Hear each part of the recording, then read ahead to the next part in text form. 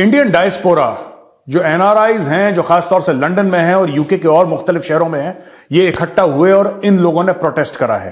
Khalistan movement का 1 in a million chance नहीं है कामयाब होने का।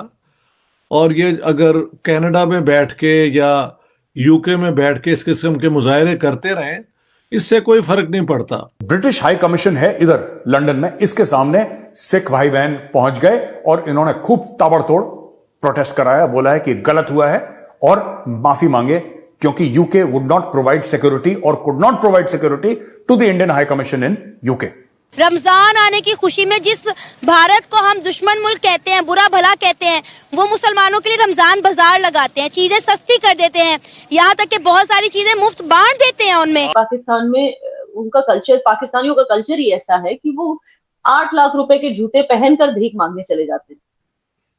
तो जब आपका कल्चर ऐसा है, बिल्कुल ऐसे हैं, दुनिया में पाकिस्तान और श्रीलंका के अलावा कोई ऐसा मुल्क नहीं है जो मांग के खा रहा हो। सब अपना छोटा से छोटा मुल्क भी है ना, कमा के ही खा रहा है। भूख से बंदा मरता हुआ नफरत मुझे नहीं समझ आती। भूख से मरते हुए लोगों को तो एक दूसरे को जिंदा बचाने की कोशिश करनी चाहिए। हम भूख से मर रहे हैं और हम ये हर दफा ये इजाद करके सोचते हैं हमने ऐसा मिसाइल बनाया जैसे इंडिया के हम 10 करोड़ लोगों को मारेंगे। हिंदुस्तानी एक बात कहते हैं कि पाकिस्तानी जो है ना, पाकिस्तानियों के पास जंग के लिए ना दिमाग है, ना पैसा है, ना टेक्नोलॉजी है, सिर्फ एक जज्बात है। वो उसकी बेस पे कुछ कर लें तो कर लें। खालिस्तानियों का बाप तो रावलपिंडी में बैठा हुआ है जो कंट्रोल कर रहा है खालिस्तानियों को, ठीक है, and they are a minuscule minority of Sikhs.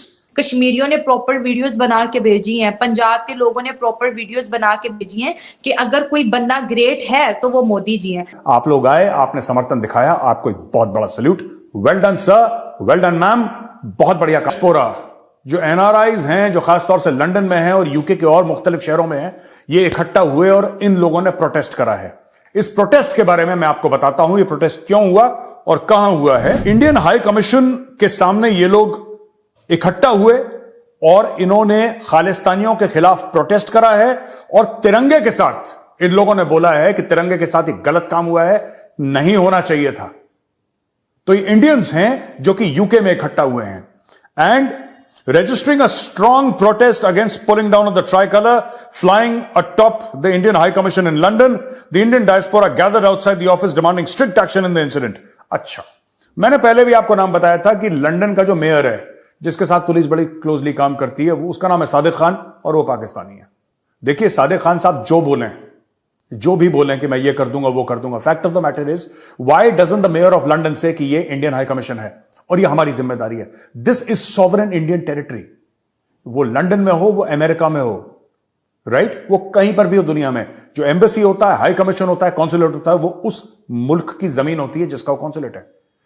नई दिल्ली में जो यूएस का जो एम्बेसी है, यूनाइटेड स्टेट्स ऑफ अमेरिका का जो एम्बेसी है नई दिल्ली में, वो एक्चुअली वो एम्बेसी की जमीन अमेरिका की जमीन मानी जाएगी, वो भारत की जमीन नहीं मानी जाएगी। जो पाकिस्तान का यहां पे हाई कमीशन है, हाई कमीशन के अंदर की जमीन वो पाकिस्तान की सरजमीन मानी जाएगी, वो भारत की जमीन नहीं मानी जाएगी। उसी तरीके से भारत का हाई कमीशन इस्लामाबाद में, वो भारत की जमीन है, वो पाकिस्तान की जमीन नहीं है। इसी प्रकार से जो भारत की जमीन, जो हाई कमीशन है यूके में, लंदन में जो हमारा हाई कमीशन है, ब्रिटिश हाई कमीशन, वहां की जमीन भारत की है। घुस कैसे गए इसके अंदर?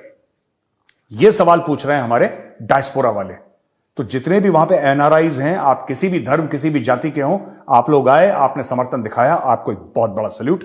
Well done sir, well done ma'am, बहुत बढ़िया काम करा आप लोगों ने, शानदार, सल्यूट। भारत में फिलहाल यह हुआ है कि सिख भाई बहन इकट्ठा हुए और उन्होंने बहुत जोर से एक एहतजाज करा है, एक प्रोटेस्ट करा है। और इन्होंने जो प्रोटेस्ट करा है, दे हैव यूके के हाई कमीशन के सामने इन्होंने प्रोटेस्ट करा है।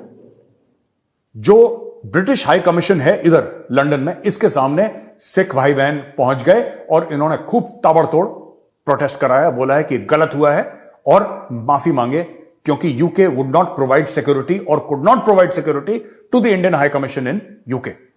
तो हमारे यहां पे भारत में एक तो वहां पे प्रोटेस्ट चल रहा है, इंडियन हाई कमीशन के सामने प्रोटेस्ट का वो समर्थन चल रहा है, और यहां पे प्रोटेस्ट चल रहा है। मैं हमारे जो सिख भाई बहन है, मैं उनको एक और बात कहना चाहता हूं, अगर आप मेरी बात समझें तो।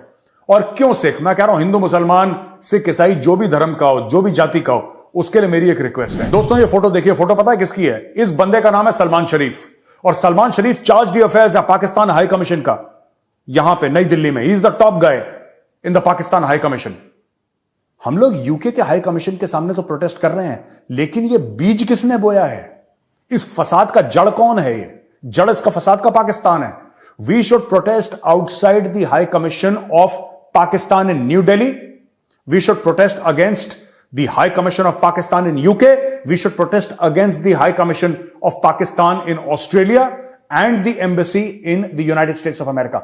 हर जगह, क्योंकि फसाद की जड़ मैं आपको बताता हूं, कई बार मैं कह चुका हूं, ये मेरा पुराना डायलॉग हो चुका है, घिसा पिटा दोस्तों, कि जादूगर की जान तोते में है। अगर जादूगर की जान तोते में है तो उस तोते की गर्दन अगर मरोड़ोगे तो जादूगर बिल्कुल टै बोल जाएगा। ठीक है? खालिस्तानियों का तो कोई ईमान धर्म है नहीं, खालिस्तानियों को कोई ईमान धर्म है नहीं। मैंने कई बार ये पॉइंट आउट कर चुका हूं, इनका झंडा देखिए जिसमें खालिस्तान है, इनमें हिम्मत है कि खालिस्तान वर्ड गुरुमुखी में लिखे हैं, हिंदी में लिखे हैं? लिख दो हिंदी उर्दू में, लिख दो गुरुमुखी में, कभी नहीं लिखेंगे। इन्होंने इंग्लिश में लिखा है खालिस्तान, क्योंकि चाहता है गोरा पढ़े। ये सारा पैसे का मामला है, बिके हुए हैं ये 2-2 टके में बिकते हैं ये खालिस्तानी। अभी रिसेंटली एक अपडेट आ रही थी, कल ही की बात है, इंडिया के डिफेंस मिनिस्टर खुरजनाथ सिंह ने ये बात कही कि अब पाकिस्तान जो है वो मोदी सरकार जैसी एक हुक्मरान ढूंढ रहा है, एक ऐसा पॉलिटिशियन ढूंढ रहा है जो उनका मुल्क चला सके, क्योंकि उसके सिवा अब उनके पास कोई चारा नहीं बचा। ना ही तो इतना दम उनके शहबाज शरीफ साहब में है और ना ही इमरान खान साहब में। तो ये स्टेटमेंट सुनने के बाद क्या कहेंगे आप बीइंग अ पाकिस्तानी? क्या वाकई ऐसा है या लोग इसी रिसर्च में है या ये सिर्फ अफवाह है? महवेश, आपने अगर 2-3 साल पहले की अगर आप हिस्ट्री देखें ना, तो हमारे जो सियासतदान थे उनकी जो पॉलिटिक्स होती थी उसमें बहुत ज्यादा इंटरफेयर करने की कोशिश करते थे। हालांकि देखा जाए उनके जितने भी सियासी मसले मसाइल है वो उसको बहुत अच्छे से डील करते, उन्हें हमारी रहनुमाई की कहीं पे भी कोई भी जरूरत नहीं है।